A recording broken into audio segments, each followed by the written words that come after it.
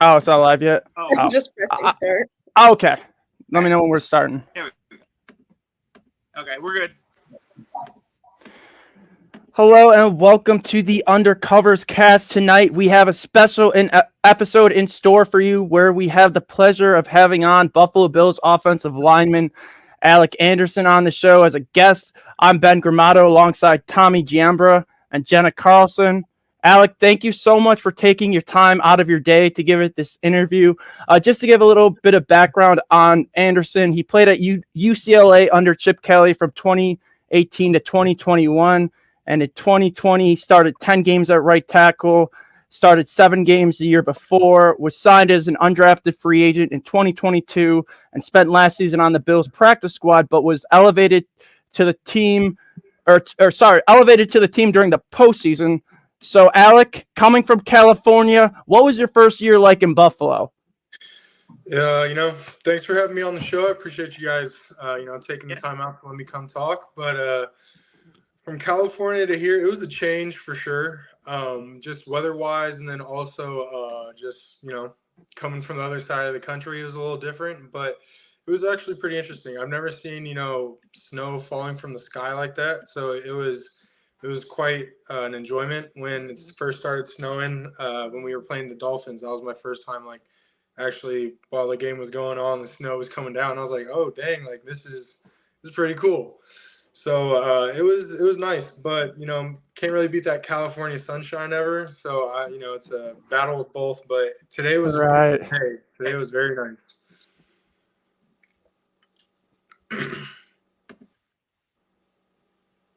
When you were last year around the Buffalo I have a question. snowstorm. What?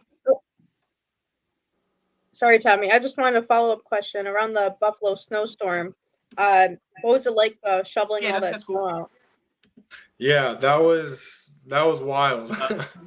We spent some time, probably 3 hours the night before, just shoveling it out as it was coming down, and to wake up the next day and it was just stacked all the way back up. I was just like, dang. It was defeating, but at the same time, I was like, this is pretty wild that this much snow can come out of the sky and just be piled up. It was wild.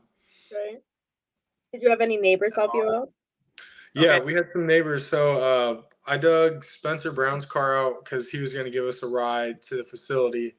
And we woke up and we were walking over there to go shovel it out. And some people from the Native American reservation came out and they were snow plowing everywhere and helping us out. And then some of our neighbors were helping other teammates out, like Khalil Shakir. So it was a very communal time. It felt like to me, which it was nice to see that. That's awesome. What made you want to start a career in football? That is a good question. Did you get? I would say probably just growing up in sports. My family, everybody played sports in college. My uncle played professionally in baseball for the Royals for about 19 years. So sports has always been in my family's blood. But my uncle Richard, he started playing football in high school and college. He played at Boise State. And him teaching us as little kids how to play football was always really, really fun. And I just felt more enjoyment hitting people and, playing football as it is rather than, playing basketball or baseball. That's awesome. Being in Buffalo, what's your favorite food in Buffalo? Favorite food? Mulberries is very good. I do like mulberries. They have just all around good food. I would say another top place, probably my top 3, realistically my top 2, I'd say Ilio's. That gives a nice homey vibe to me. And coming from a big family coming across the country, they've really helped me out, Right. showing me the the food they have to offer, and it's really good stuff. So I always like to go back there. And then, just to get some wings every now and then, I'll go to Barbell. That's always a good spot to go to. I like those wings. Nice. I'm gonna have to check those places out then.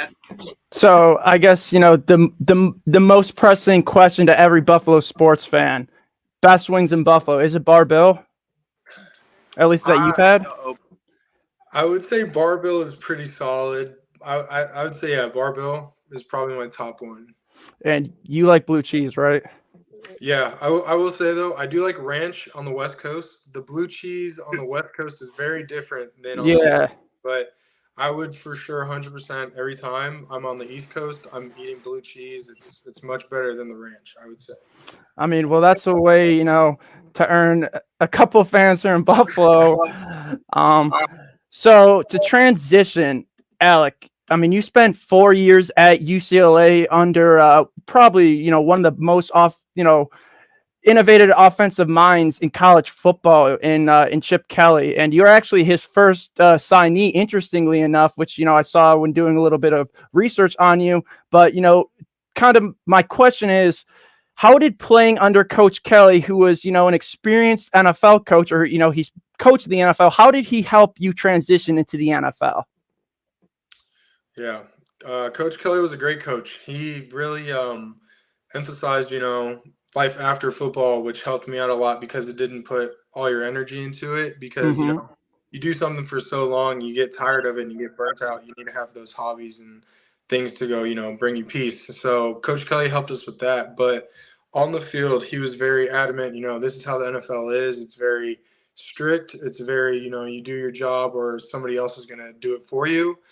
And it really made it easier because he brought that professional, I guess, aura to the building, and it really kind of branched off with all of our position coaches, and then the players really took under that. And so while we were at football and, we were in the building from our hours, we were football players, and it was our job. It was everything to us. And then once we left, he let us relax. And so I feel like that really helped me out a lot, because here it's kind of the same thing. We're at work, and this is work for us. And then when we go home, like, a lot of the vets say, don't bring work to home, like really relax and enjoy it. And so it's been nice that I don't come home and I'm still stressing about football and worrying about it. Okay. You will be attending a charity bocce tournament in a couple weeks. With is it Ilos? Is that how? Yeah, the Ilio DePaulo's. Yeah, they're going to host a bocce ball tournament, I think, at Woodlawn. Yeah, you want to talk about that for a little bit? Yeah, so they're doing a little bocce ball tournament, kind of raise money for the community, and bring some people some food, and really branch out with their homie vibe, as I was saying earlier. They're very welcoming people. I love the DePaulos. They're great people. Can't say anything bad about them. And so come out to the bocce ball tournament. It'd be great to have everybody there. I look forward to seeing you guys there. Come have some food, some drinks, play in the tournament. You never know, you might win. You might get paired up with some other Bills guys that are there. So it'd be a great event for everybody to come out and, show some support. Awesome. Definitely. With Bills Mafia, have you had any experiences with them? Like interesting experiences with them? I would say my most fond memory of Bills Mafia is, I'd say during the Dolphins game when it snowed. Seeing those snowballs just get pelted at them every time we scored, or there's an interception, or even at the refs. That was probably the most funny moment in football. Is like I was standing there. That's probably my most fond memory of them that I love the most. That's a great one. And Alec, like, as a lifelong Bills fan, that's probably like the best Bills game I've ever gone to. So, I mean, I could speak as a fan just how cool it was, that environment in primetime, everything, like that scenery. Like, I'm sure, being a player, it must have been special. Yeah. Oh, it was very special. It was crazy to see, the snow's falling, we're winning, the crowd's loud. Like, it was one of those times where I was standing there, I'm just like, dang, like, this is football. This is why I always want to, do it. And then at the end, Diggs, did that slide onto the field after Bass made that kick. That was just so awesome. It was a great time. That was awesome. It was definitely one of my favorite games, one of my favorite moments.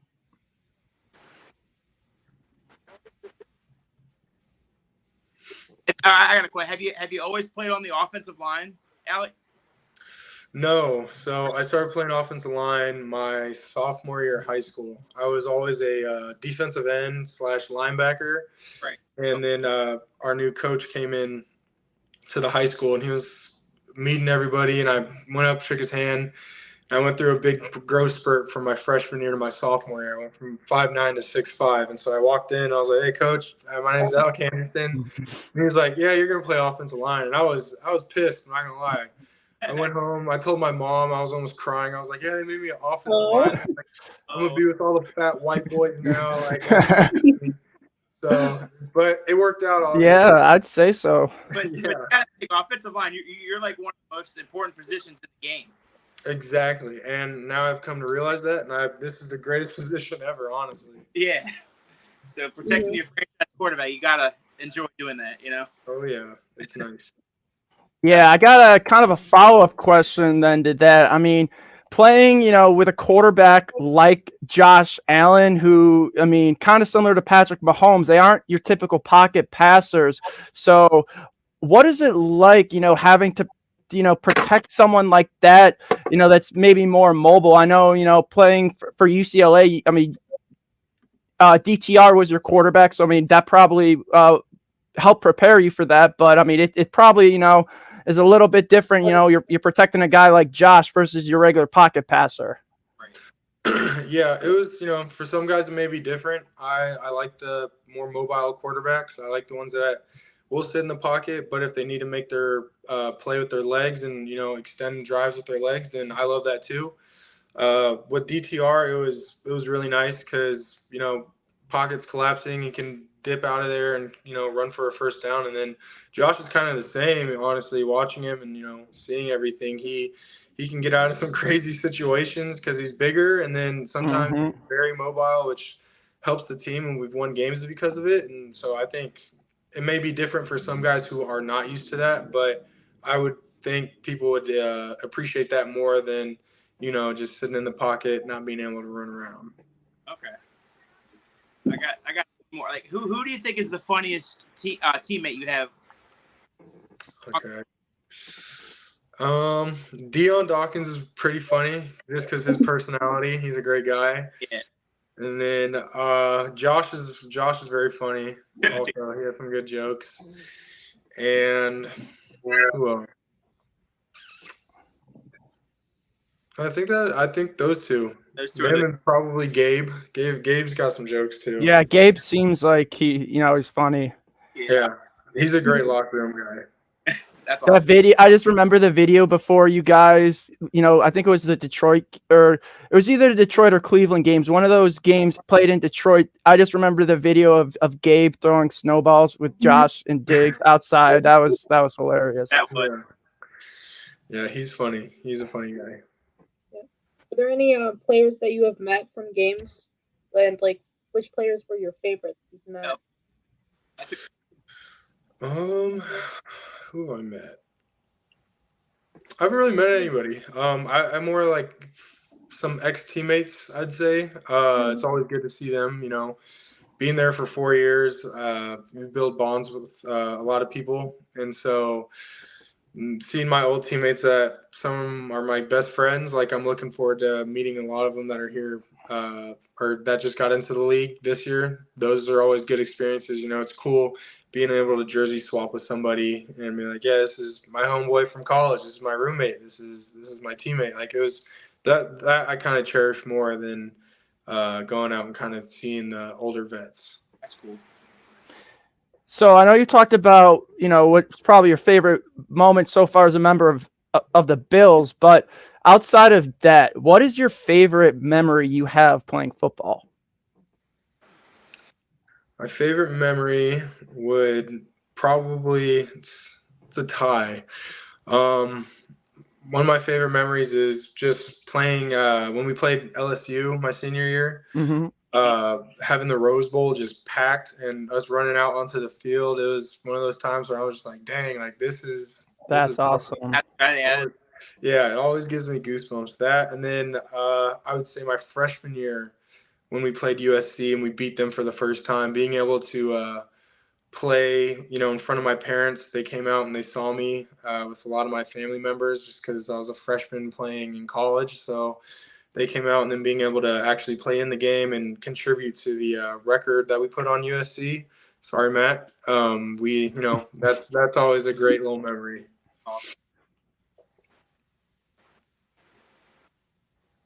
always have those memories to keep. You know what I'm saying? Always. Oh yeah, for sure. Yeah, hopefully, you'll have, some more great memories coming up this season. I know we got some primetime games, so Yeah. you'll get the opportunity to run out of the tunnel before, or in front of our fans, before a couple of those games. I think we got Tampa Bay, the Giants, and Denver at home in primetime. Yeah. Mm-hmm. So it's gonna be electric, those games. Oh yeah. It's gonna be a great time. I guess, just going back, you talk about the Rose Bowl, compared to UCLA and that crowd. How does Bills Mafia compare to, the best college atmospheres you've been around? That's a great question. That's I would say Buffalo is the loudest stadium I've been in. And before that, I would say Oregon up in the OTA Stadium. That one's very loud just because there's only like 40,000 people, but that bowl and them, they're right on top of you. That's a very loud place to be. And then also I'd say Utah. Utah is very loud. But probably the loudest college stadium I've ever been in was Oklahoma. We played at Oklahoma my freshman year, and that was the first game I traveled to, and that place was jumping. Wow. Oh, I bet. Yeah, and that place was popping. I mean, so being a Pac-12 guy, I mean, you talk about Utah being one of the loudest stadiums. And speaking of Utah, any first impressions on Dalton Kincaid? Dalton's a great guy. He works hard. He's been over the house a couple times, so he's for the camaraderie dude. He likes to hang out with the boys. He's always trying to learn too. I've never seen him, not thinking he's on the top because he was a first-round pick. He's very humble in the locker room. He listens to what older guys has to say, and so I'm excited to see how he plays this year. That's great. I mean, from the clips I've seen, he's coming in really well. So from clips I've seen, so he's enjoying himself and doing a good job. Yeah, he is. I respect him a lot. Yeah, that's awesome. What's your impression of Osiris? Same thing. Osiris, he wants to work, and he is strong. I mean, he has some strong hands, so it's going to help him out once he starts playing too. But he's going to fit well with Buffalo. He's a cool guy. He fits in with the offensive line room a lot. Same with Nick and Richard. They both, all three of them came in. They don't think they're anything because they're just trying to learn, just like all of us. So it's very good to see Osiris just ready to learn, always trying to fix what our coaches are critiquing. Now, backtracking a little bit, Alec, you mentioned that, you have experience, or you were a former defensive end and linebacker. Does that help you at all playing offensive line and maybe in your preparation a little bit, at least watching film, you maybe get a feel for what a guy is trying to do? Yeah, I would. I mean, I didn't play, at as high of a level as I wanted to at defense, right. But sometimes, yeah, it's nice because I've been there before. Like, I trust my athleticism. I would say I'm a pretty athletic guy as an offensive lineman, so that helps a lot. And then watching film, it's just the repetitions you get at film. As much as you watch it, you get a feel for it. You can see different tendencies about the guy when he's going to pull a move out or not. I'd say that helps a lot also. Hey, thanks for joining us, Paul. You have a question for Alec before you go out? One quick question, really quick. What does heading to I heard that you're going out to a charity event soon. What does attending a charity event kind of mean to you?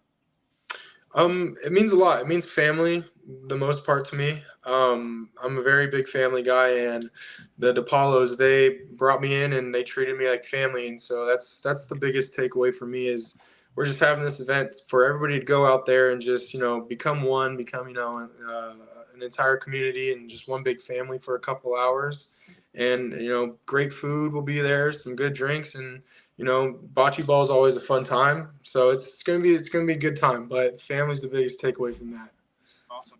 Awesome. Well, I mean, Alec, thank you again for taking the time. I know you said you had 10 minutes. We did go a little bit past that, so I do apologize for taking a little bit extra. But thank you for the time, for answering our questions, and joining us, and good luck this season. We'll all be rooting for you. And I mean, I'll be at training camp living in Rochester. So, I mean, I hope to see you there, and I should be at that bocce tournament. So I'd love to meet you. Awesome. Yeah. I look Nice forward to to meet meeting you. all you guys too. Appreciate you having me on the podcast. Thanks for Thank coming. you again. All right, Thank go you. Bills. Yeah, Go go Bills. Bills. Woo. All right.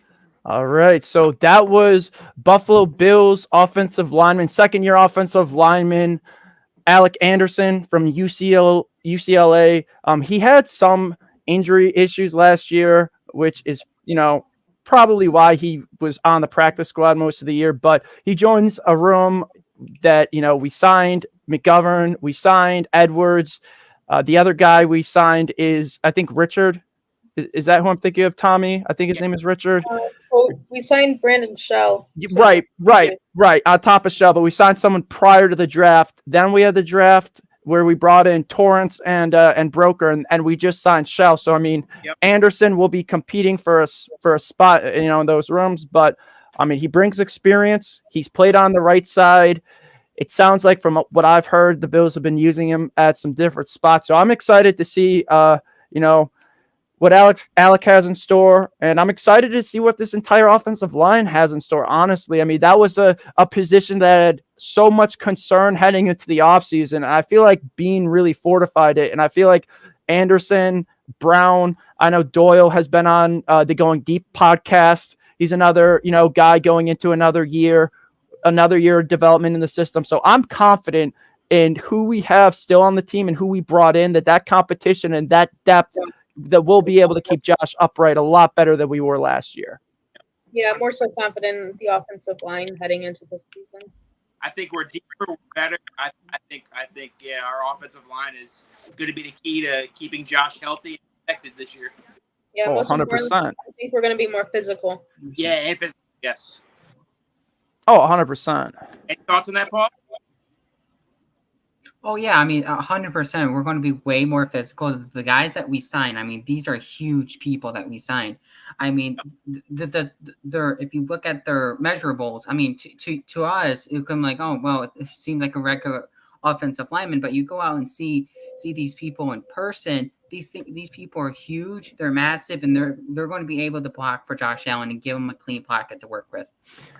Yeah, and some of these guys have multiple skill sets too, where, kind of like Bates, who has played center. He's, he can play tackle. He's played both guard positions.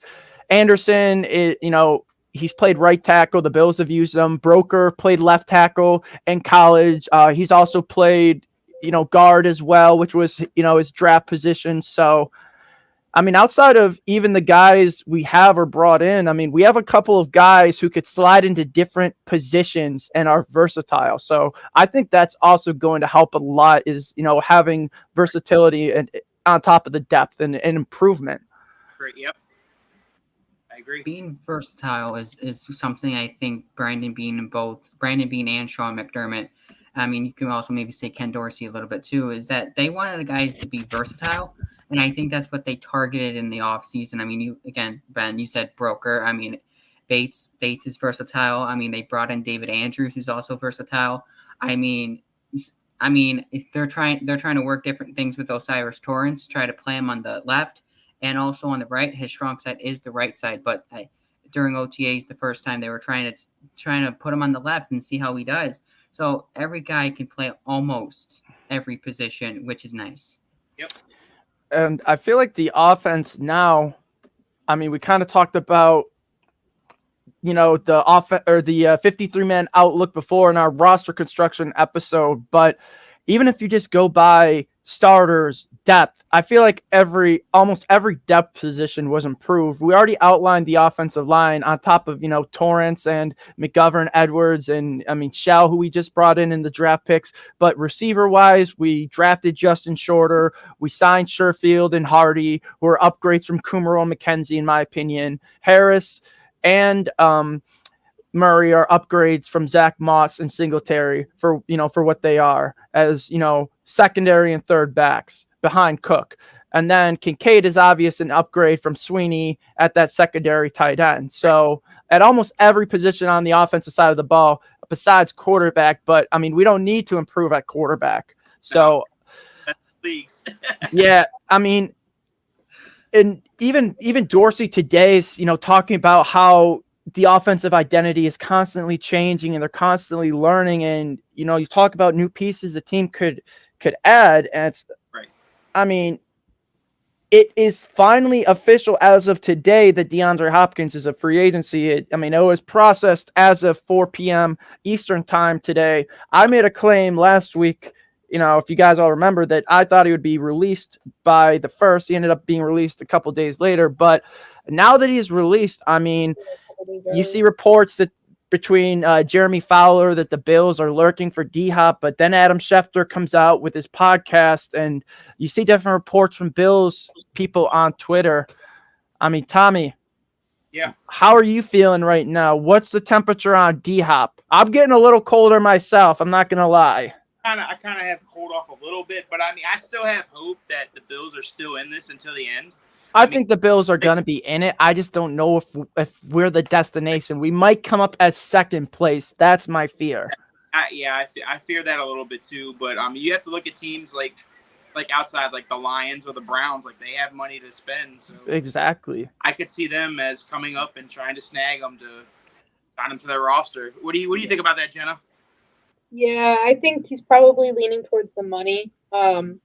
If his range, if some teams are willing to give him about 15 to 18 million, like Bill Schapp podcast said, then we're probably out of the running.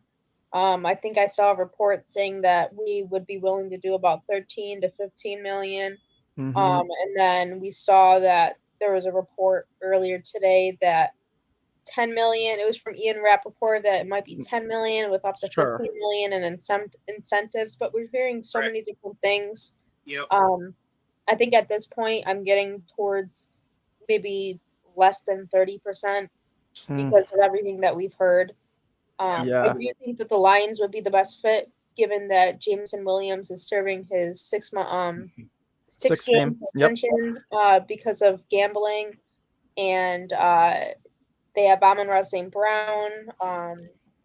They need to fill that receiver room for the time being before Williams comes back. So I think DeAndre would make a lot of sense to go there. Right. And he did hire an agent today, which you bring up the point about money. I mean, I guess that could help teams because they'll get the advantage where they don't have to, deal with DeAndre or his attorney or whatever. They could deal with someone who knows what they're doing as far as contracts. And let's be honest, agents a lot of times, well, they don't, strong arm, but they'll give the player, you should really sign this contract if you want what's best for you or whatever. So, it's not that it's up to the agents where they sign, but it's almost like sometimes the agents will come to an agreement, and it's up to the agency. They're the ones representing the player. So that makes it easier for a team.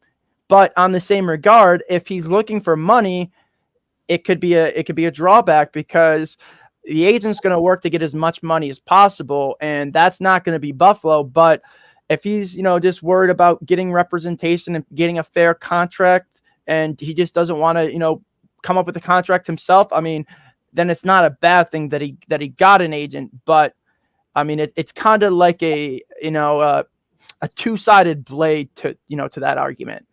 Right. I agree. I am interested to see. Interested to see where he goes because I hope that if it's not the Bills, I don't want him going to the AFC. Yeah. I'd rather see him going to the NFC, anywhere in the NFC but the NFC East because we play them this year. Yeah, but even if it's the NFC East, it's one game out of the season.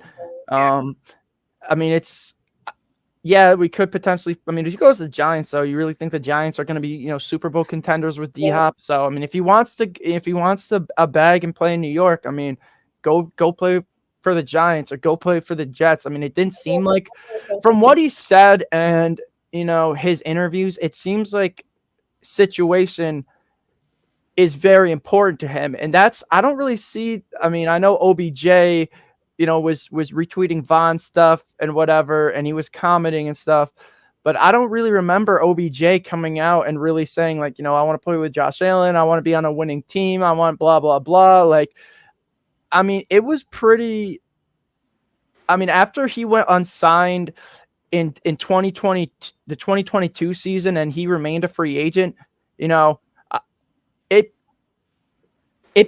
wasn't just about the injury, but I mean, before free agency, it seemed like OBJ was chasing a bag. Then he didn't get signed because he was hurt. So, Von, teased the whole thing, and then Bills Mafia kind of ate it up because OBJ, kind of gave it back to us. But the difference, though, still between OBJ and D-Hop is like, I don't feel like, D-Hop's motives are the same as OBJ's. Like, I think OBJ was just trying to play teams for the money.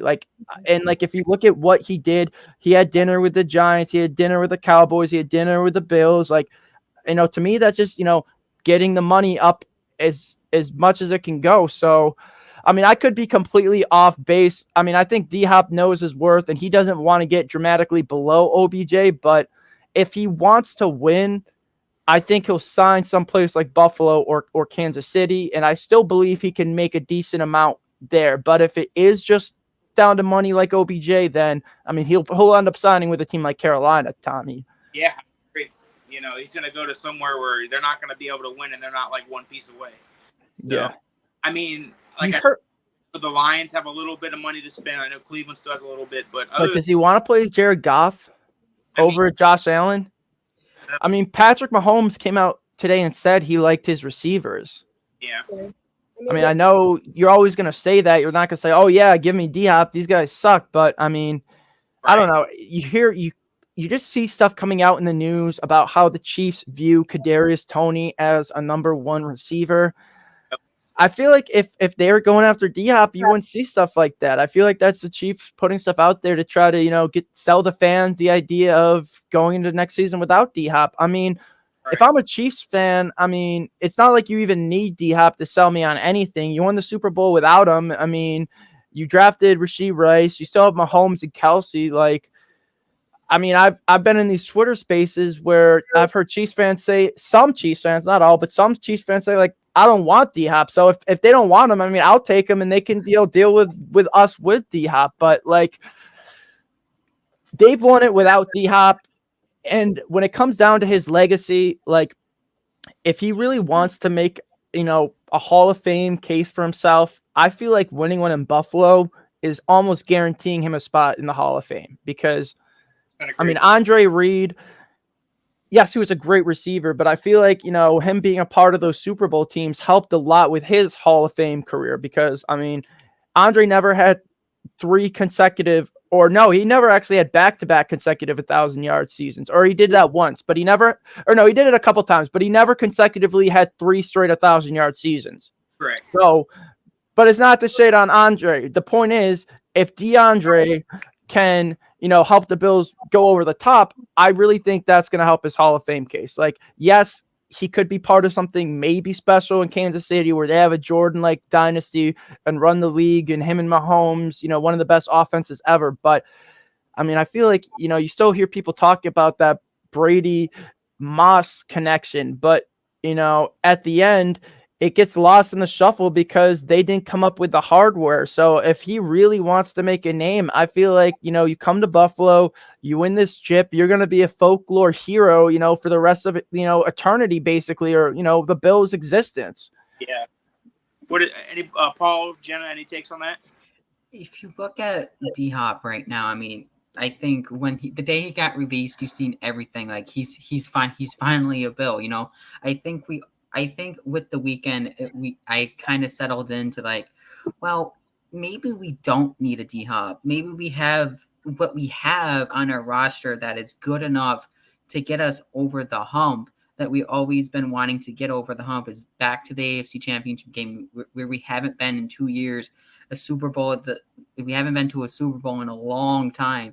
So I honestly think if he wants to go to the Lions, it makes sense because he can be a 1 or 1A with Amon-Ra St. Brown in the Lions. It makes, to Jenna, it's kind of it kind of makes sense because Jameson Williams is on suspension. I think one of the other receivers is also on suspension. It kind of makes sense for me that the Lions would be in the sweepstakes for a guy like DeAndre Hopkins. Does Do I want D-Hop? 100% I want D-Hop because he makes this offense really special.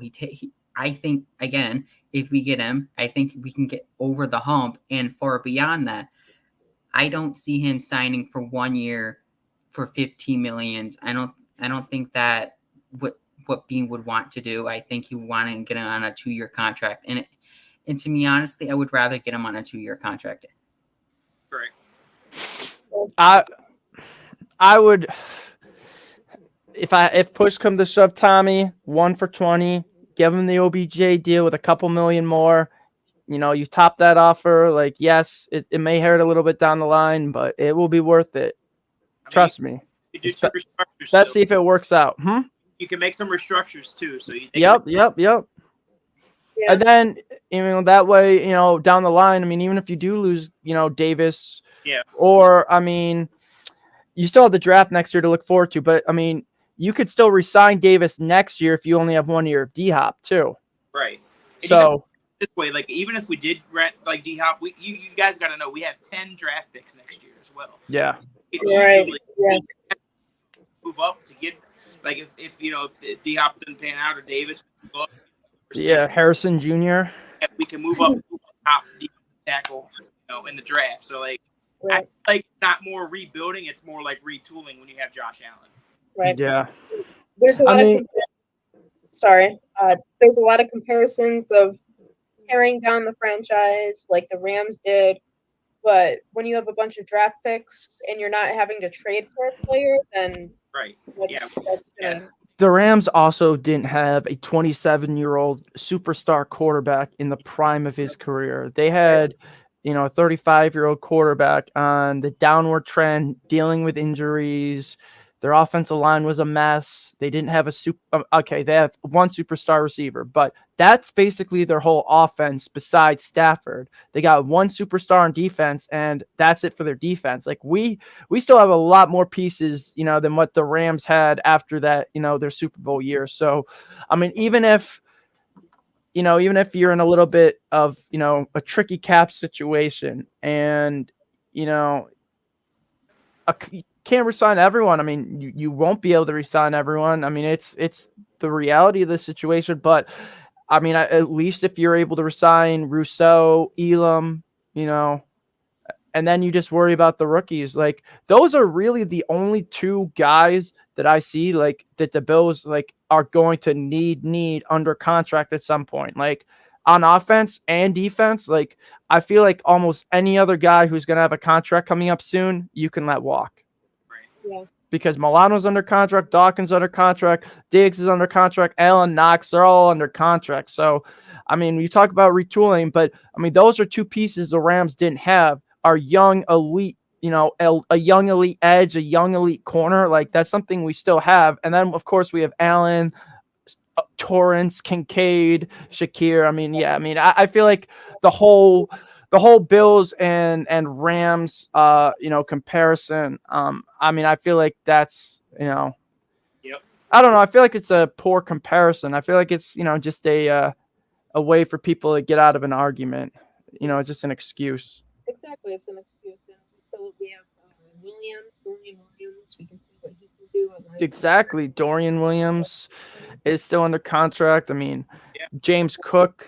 I mean, yes, running backs aren't premier positions, but you still have them for a couple years. So, I mean, you still have control for him for 2 years after this year. So whether he signs after his 4th year, you have him for 2 years. Then you add in the draft picks. And, like, you saw how many, free agents we were basically able to sign on veteran min. And we got some pretty good deals on guys like Edwards, Rapp, Damian Harris. I'm trying to think who else we brought in at that price point. Sherfield, I believe, right? Like, all 4 of those guys could start. You probably don't want them to start, but if you need them to start, I mean, I feel like they're okay starters. They're not, they're probably on the weaker side, but I mean, you could fill a roster like that between Diggs, Allen, whatever we have on, the defensive pieces and then draft picks and, vet mins. Like, it might look gross for a little bit, but I mean, if it leads to a Super Bowl, I'm doing it, 10 times out of 10. 100%. Yeah, definitely. To pivot a little bit, thinking about aside from DeAndre Hopkins, wide receivers, how do we feel about Stephon Diggs not going to OTAs? I What's his honestly, outlook? I don't think it's an issue. I don't care anything about that because like he hasn't showed up for OTAs at Minnesota. I mean, Matt Milano, he was there today, but he wasn't at OTAs last week. And you know, you don't see people making an issue when Milano or other players aren't there. I mean, Diggs is the one player who doesn't need OTAs. Now, if he goes in a mini camp or training camp and you know, is a no-show, then you have to make an issue out of it. But I'm not concerned, especially with his connection and chemistry with Allen. Dorsey did say in his interview today that you know he has been having contact with offenses. So, I mean, it's a sign of good. Oh, obviously. I mean, you really think that he wasn't talking to any of his teammates or communicating with coaches? Like, I feel like it's just all a whole media facade, you know, stir up the fan base. Like, you really think, you know, obviously it's the offseason and everything, you know, he's got to, you know, learn the playbook. Like, he's putting in work. Like, he'll be at mini camp and training camp. I'm confident. He has to be at mini camp because it's mandatory. But this is, like Alan said, it's voluntary. You don't have to be there. I mean, Gabe Davis was there last week, but he's not here this week. I mean, you look at who went to OTAs last week, that if you look at the list of who was missing last week, it kind of doubled from last week. So I don't honestly have an issue with Diggs missing OTAs. I don't have an issue with Gabe Davis missing OTAs. Maybe on the little side of Gabe Davis because of all his drops that he had last year, and he kind of has to prove to us that he can actually catch the football. But other than that, I don't really mind if players want to skip OTAs. It's not mandatory. It's voluntary. 100%. Maybe Gabe is a little sick. He could be sick. Maybe that's why he's missing. He could be. But, yeah, I like that point that you brought up about the list doubling for absences at OTAs. That's a good point. If we're making a big deal over Diggs not being at OTAs, why isn't Matt Milano? You can. Well, he was there today. Why is Matt Milano not there? Yeah. Oh, yeah. I just said that. I mean, like we both said, the list has doubled. I mean, there's guys who've been there. There's guys that haven't been there. I mean, it'll always be a story. I mean, I was in a Twitter space earlier, and you know, Niners fans talk about how Debo wasn't there. I mean, Debo got paid last year. He sat out and he almost forced a trade. Do you really think Debo is doing the same thing now? Like, no, he just isn't showing up because it's not mandatory. But I mean, if the media wanted to, you can make a story out of it. I mean, Debo's not at minicamp or OTA, sorry. So, I mean, I feel like, you know, if anything can be a story if you want it to be a story. Right. I'll just say that. Correct. Yeah, I bet I'm going to bring up the list of players that weren't at OTAs, at least in the media portion. Diggs, Davis, obviously Vaughn, AJ Epinesa, Shaq Lawson, Ed Oliver. Oh no, are we going to freak out about Ed Oliver? Right. Well, some people have already because of his social media posts. Yeah. Tim Settle too. He's not there, so it's just take it with a grain of salt. You know, let's not freak out about it. Yeah. We are 100 days away from the start of the regular season too, by the way. So congrats to that. It's getting closer. Congrats to that. Yeah. Has anyone gone through PFF's season simulator? That thing's a little interesting. I didn't even know PFF had a simulator like that. I know. What's interesting? What do you got for us on that, Ben? Well, it had us beating the Chiefs. Okay. Let me run another simulation right now and see if what it gives us, because I don't know. I was just playing around with it. Can you pull up your screen? Yeah, let me see if I can do that. Better have us have a winning record. If not, it's rigged. Anybody listen to Micah Hyde's comments today? That was pretty interesting. Yeah, he said that he's got a trophy case of his footballs that he's intercepted from Mahomes and Brady. He wants to add Aaron Rodgers to that trophy case. So okay. Damn. That's not a good start to the season. Oh, God. What? kind of simulations you got, Ben? This is PFF. You see it? So it's rigged. I don't see it. I don't see it on the screen. It's not on the screen? No, it's on. Okay. Oh, here we go. I think. Oh, there we go. Okay, there you go. Yeah. Tampa Bay, really? They have us having 1, 2, 3, 4. That's 6 losses already. No, it's 7. Oh, jeez. 10-7. Wow. Yeah. At least we beat the 48-17 against the Chiefs. I would take 10-7 for that. Okay. Does that include playoffs? No, it just does regular season. Oh. So No, I mean, is that Definitely. playoffs? yeah, no, it just is regular season simulation. Oh, gotcha. It does have stats. Josh passed for 5,000 passing yards. Very good. 15 interceptions. I don't know about that. That's not even that bad though. It's about his normal output. That's a little. I would say that's a little bit over normal. 16. Yeah, he had 14 last year, I think. 14, 15. He said about that. Diggs has a year. Kincaid, 29 receptions. Harris has more receptions. We'll see about, or receiving yards. We'll see about that. And receptions too, actually. James I love Cook. that Isaiah Coulter has 1 touchdown. Who? I know, right? 2 weeks after? Did they just make like a generate a player? Is that someone actually on the roster? I'm just wondering. I believe Coulter's on the roster. Yeah, he's on the, No, he probably is. I probably just. But, did you guys see that with rushing and receiving yards? James Cook has about 1,700. Yeah. Let me see if we can do it again. See if it Changes it up. changes it up a little bit. And we well. still lose to the Jets week 1. Dang it. Okay, now we lose to the Raiders. Okay, Okay. that makes no I'm sense. having We only scored issues 6 with- points against the Raiders. I'm having issues with a PFF, their grading systems or whatever, any of their systems. Yeah, I don't like how we lost to the Bucks. And we lose to the Giants. I don't know. Now it's on site. And the Patriots. Come on. No. They have us 4 wins now. Oh, jeez. Oh God. We're not this bad. At least I hope we're not. Oh, The Browns we're I losing think to, this is we're the losing last to one. Denver, Tommy. This has to be the last one we do. I think this is going to jinx our season. Is this even going to give us a winning record, this simulation? It might not, I actually. hope it does. Oh, Nope. You're jeez. telling me 2 out of the 3 games that I'm going to be at this season, we're going to lose. It has us going 8-9. This is. Okay, so this one's rigged. Let's stop. I don't want to jinx the I gotta season. do it. Okay, I gotta do it one more time though. After that, Was that record? 29 passing touchdowns? 29 passing touchdowns to 5,000 passing yards. That's like a Jameis Winston stat line. Gabe Davis had 1,000 receiving yards. Hardy had 761. Patman had a touchdown, or no, he had a reception, not a touchdown. Ben, would it give us that record? 8-9. Oh, good. That is bad. Yeah, I don't like that. I gotta do it. Does Just that trying mean to play with the Bucks. I don't like how Baker Mayfield and Kyle Trask look today. So I don't think we're going to lose to them. No. all right? This is a little better. This is looking better right now, Tommy. 37-17 to start the Okay. year versus the Jets. I'd sign up for that. Okay. Yay. Let's go.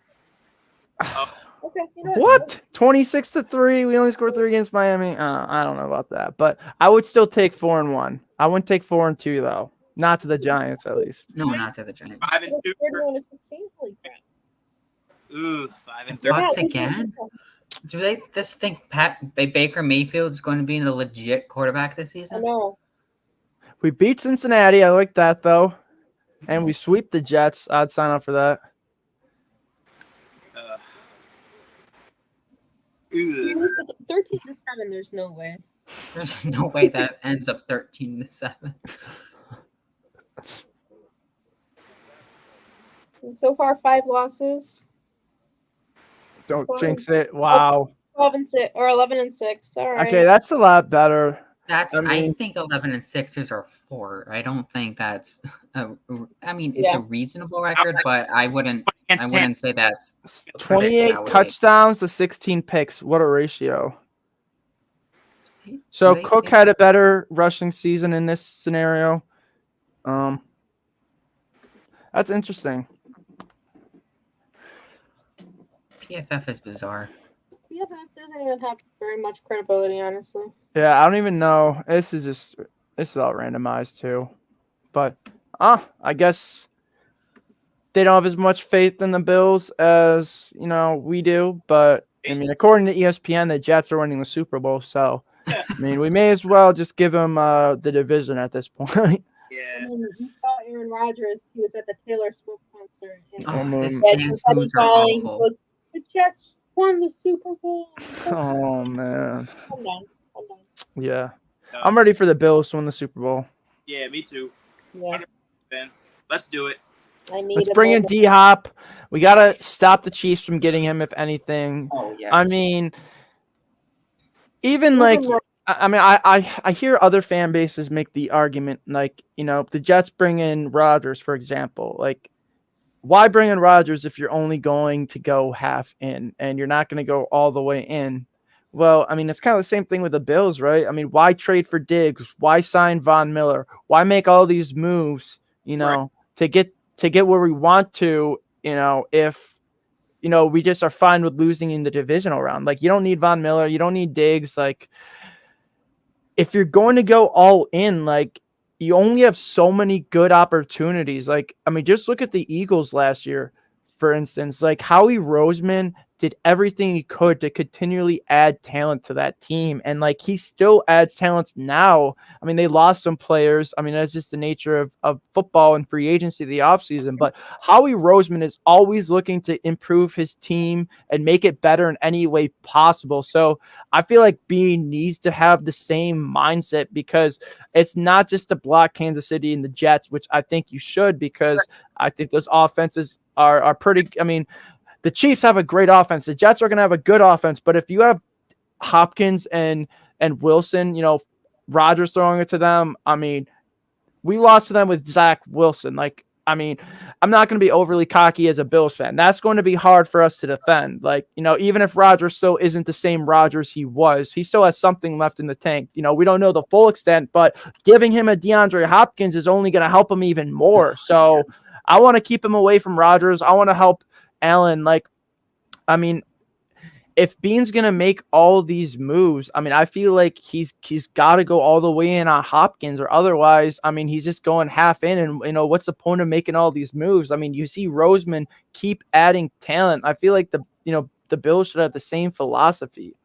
Like, how many great opportunities do you really have to win a Super Bowl? Like, I mean, us Bills fans already know we arguably missed one with 13 seconds. Whether we would have gotten to there, the next week against Cincinnati is a question, because, I mean, it's a hypothetical, but we missed an opportunity in 2021, which was a good opportunity in that 13 seconds game. You only get so many of those opportunities, and Philly had a great one last year, and they're still adding talent, right? So I feel like the Bills got to be the same way, because you don't know if you're going to get back to that game or be in that moment again. Like, you see teams like the Jaguars and Bengals going from worst to first and having the number one pick, and then they bring in this superstar quarterback, and with the right coach and system, they turn it around immediately and make it just as far as we've made it the last 3 years, right? I mean, the Jaguars won like a combined 2 games in over 2 seasons, and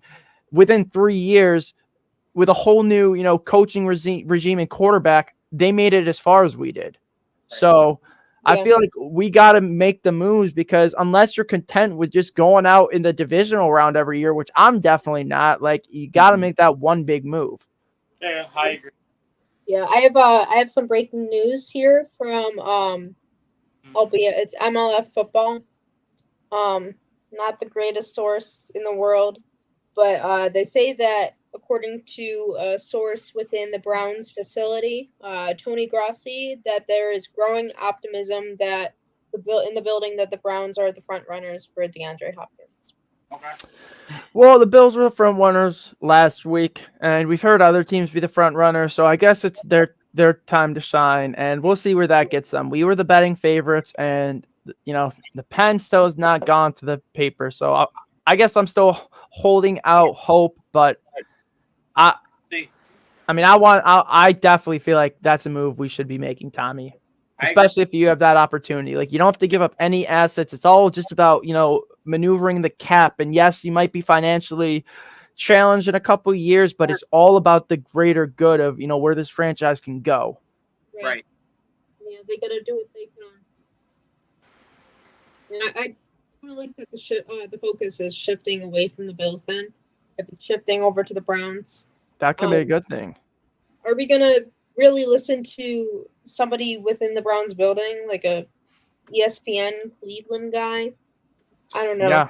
A Browns reporter? Who knows? It could be nothing. Maybe they have some inside information, but I doubt it. I'm sure everybody in the Browns facility is echoing the same sentiment that they feel like they're in the front running for Hopkins, but you heard Deshaun Watson earlier in his interview. He sounded deflated. Yeah, that's what it sounded like to me too. Yeah, I guess it really the only true wild card. I mean, you bring up the Browns and even kind of like the Ravens with OBJ, or kind of what the Jets did, with Rodgers and trading for him. The one big roadblock for the Bills, if there's a team that is just so freaking desperate that they pull out all the stops and just ridiculously overpay for this man, similarly to how OBJ was overpaid by Baltimore. So that's really the one thing going against Buffalo is the cap. But I mean, he's still unsigned. That was the reason why he was never traded. So I still don't see a team doing that, right? Like, they didn't want to take on the original contract. Like, I mean, maybe they'll give him something in the ballpark, but I mean, this honestly, I mean,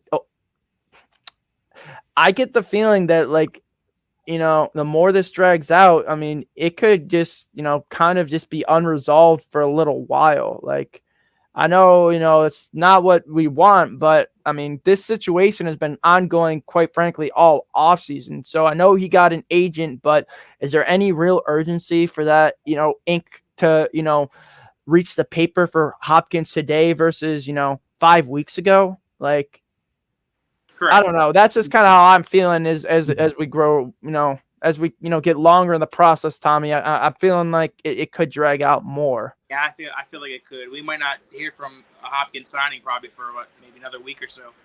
You never know. I mean, yeah, it could drag out all the way out to training camp. I was going to say the same thing, Paul.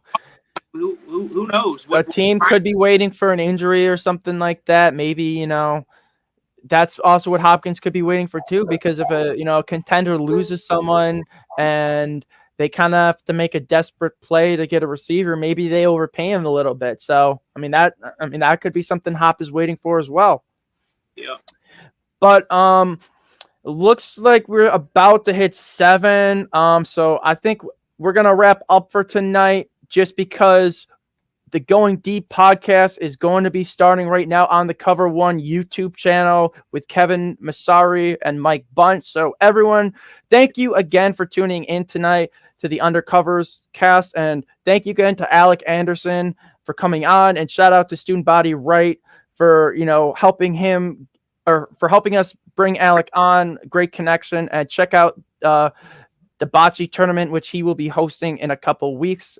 Thank you again, everyone, for tuning in, and please tune in to the Buffalo Basement, which is coming up this Thursday night, and that's live, I believe, at 9 p.m. or 8? 8. 8. Okay, it's 8. All right, just making sure. So 8 p.m.